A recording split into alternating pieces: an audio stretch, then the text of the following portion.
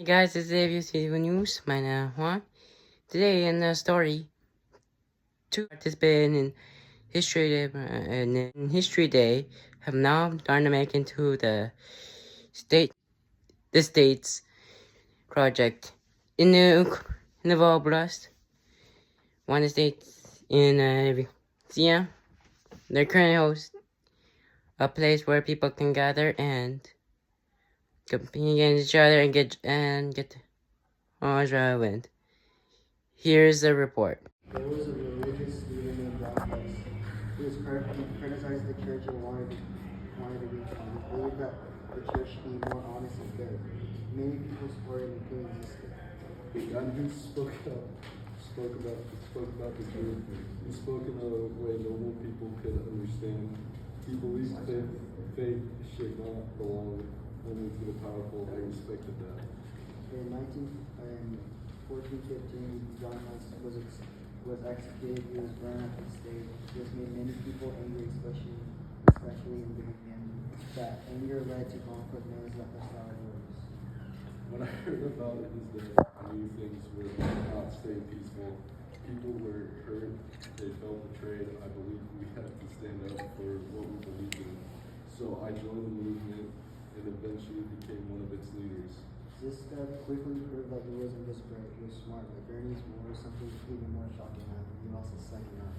Yes, another battle, another injury. This time I lost my remaining sight. After that, I was completely blind. For many people, that would have been the end. A blind soldier cannot fight. They would say a blind man cannot lead an army, but they were wrong. It's honestly hard to imagine a blind general leading troops into battle. When you can't see, you learn to listen. I memorize landscapes. I listen carefully to scouts describing hills, rivers, roads. I asked detailed questions before a battle. I would picture everything in my mind. Where the enemy would come from, where we would stand, how long it would take them to reach us. Leadership is not only about seeing, it's about thinking. Another reason why he was successful because of his strategy. His army was often smaller and less experienced than the armies they fought against, so he had to be creative.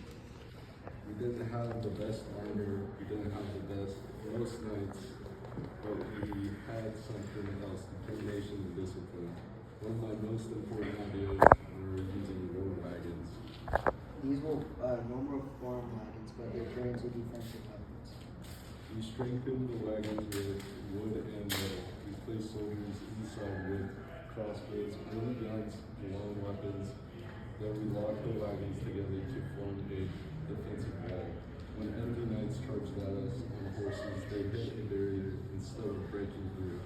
They were expecting an easy victory, instead they were stopped.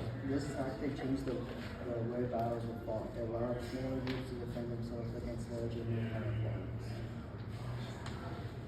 War is not about who is bigger, but about who is better prepared. I always told my soldiers that unity was more important than numbers. If we stayed together and followed the plan, we could win. And they did, again and again. Under his leadership, his forces were never defeated in battle. That doesn't mean it was easy. Every battle that I was afraid sometimes too. But fear can make you sharper. It can make you focus. I trusted my soldiers, they trusted me. That trust made us strong. I think what makes this story powerful is not just that he won battles, it's that he refused to quit when life became hard. He lost his eye, he lost one eye, kept fighting, he lost the second, kept bleeding. Losing my sight forced me to rely on my mind more than ever.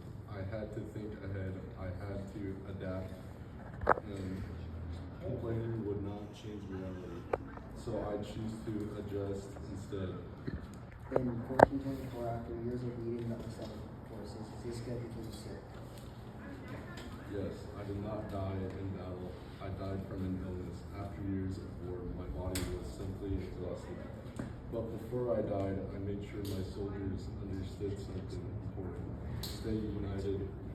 If they stayed disciplined and loyal to each other, they would remain strong. After his death, his troops continued using his strategies. His influence warfare for years after. Today is remembered as one of the greatest commanders in European history. but more than that, be remembered as someone who has limitations in life. People sometimes think strength is physical power, but real strength is mental. You can lose many things in life, comfort, safety, even your sight, but if you do not lose your purpose, you are still strong. What I find most inspiring about John's is that we turn disadvantages into advantages, being blind, forcing to think more carefully, being outnumbered, forcing to be creative. We prove that intelligence and determination can be a force. I may have lost my sight, but I never lost my vision. Alvin Huang for Avionsia News, Avio High School, Avionsia.